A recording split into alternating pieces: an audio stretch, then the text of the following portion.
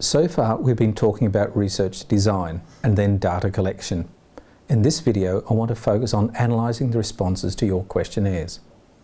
This is one of the harder talks to give simply because there is just too much detail and variation to discuss in a short video.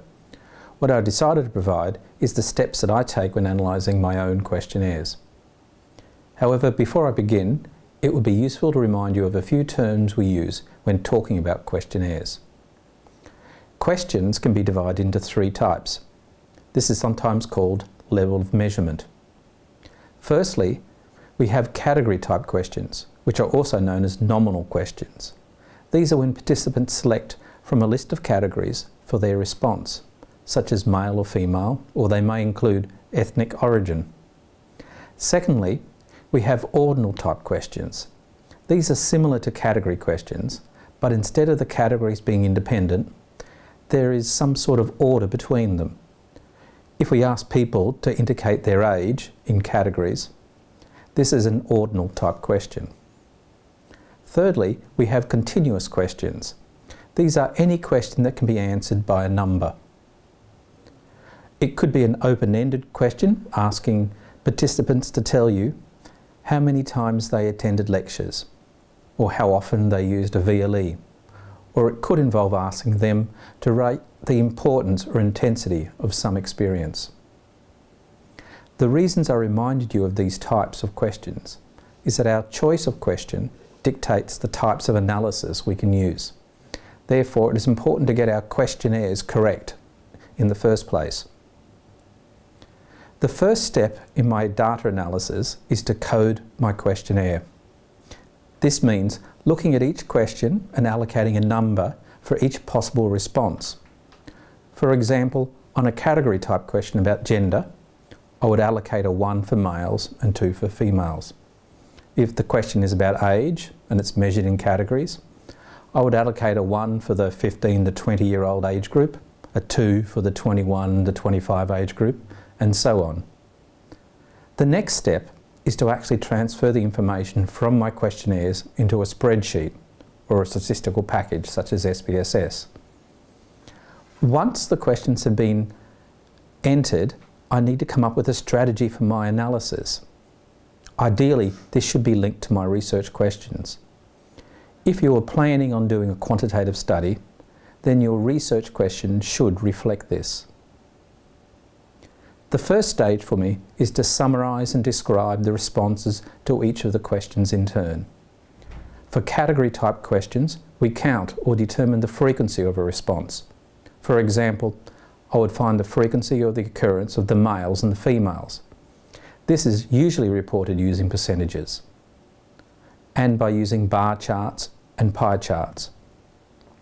Ordinal questions, such as the responses to various age categories, are reported in the same manner. When it comes to describing and summarising continuous type questions, we use measures of central tendency.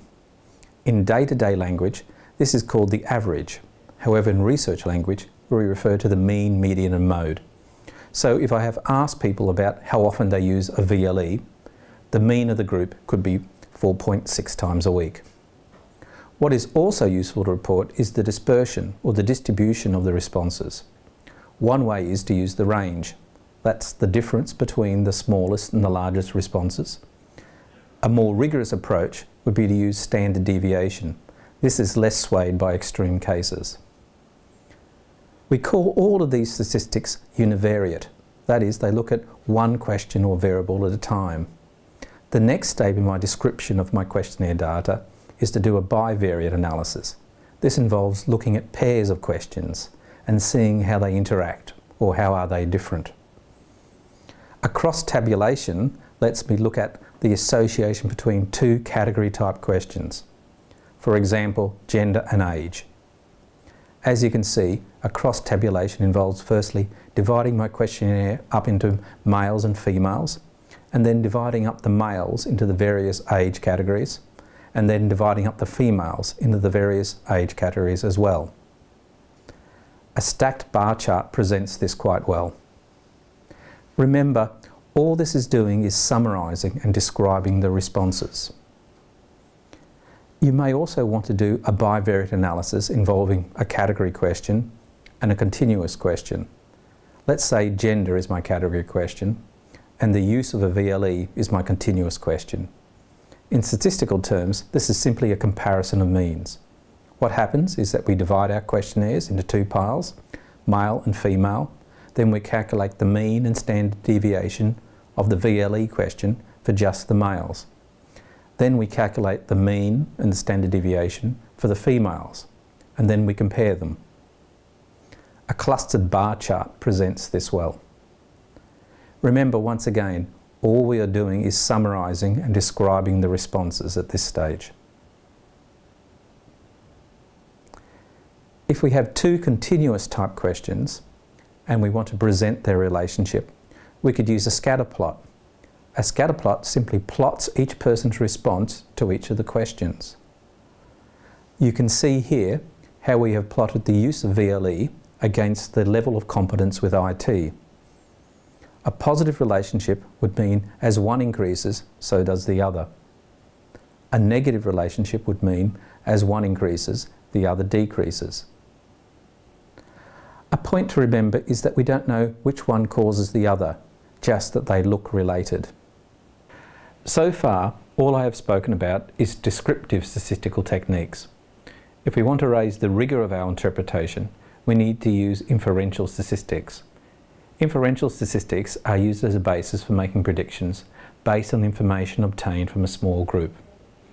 Inferential statistics help us determine whether the results produced by our research could or could not have been achieved by chance. If the results could have been achieved by chance, then we say they are not significant. If the results could not have been achieved by chance, then they are said to be significant. In the social sciences and education, we usually set the level of confidence at 95%. That means when we say something is significant, we are 95% confident in our analysis. There are a variety of inferential statistic tests. I will just talk briefly about the main ones that you will encounter. So let's go back to my category type question. If I want to see if one of the categories is statistically larger than the others, I would use a one-way chi-squared test. If I use my first example, males and females, I would ask, were there more male responses than female responses? A one-way chi-squared test would tell us whether the difference between the sizes of the two groups is just down to chance or was it really significant? Okay, let's move on. If we look at my bivariate examples, let's look at my two category type questions, gender and age. The cross tabulation from before gave me this table. So the question is the difference I can see in these groups down to chance or are they significant? A two-way chi-squared test is the best to use. Another one of the bivariate tests from before looked at a category type question and a continuous type question. Here is the comparison of the means from before. I can see that the mean of the males is higher than the females. So the question is the difference just down to chance or is it significant? We use a t-test to determine this. If we have more than two groups in our category question, we would use an ANOVA. Finally, we have two continuous questions. This is the scatter plot from before. You can see here how we have plotted the use of VLE against the level of competence with IT. I want to determine whether there is a relationship between these variables. So I use a correlation. Once again, it tells me whether the relationship is down to chance or is it significant. So just to summarise, we look for associations between category type questions using a one-way and two-way chi-squared. We look for differences between subgroups on continuous type questions using a t-test or ANOVA. And we look for relationships between continuous type questions using correlations. I know this is a very quick overview. If you're going to use these techniques in your dissertation, then there are some online tutorials on the website to help. And there are several very good textbooks in the reading list.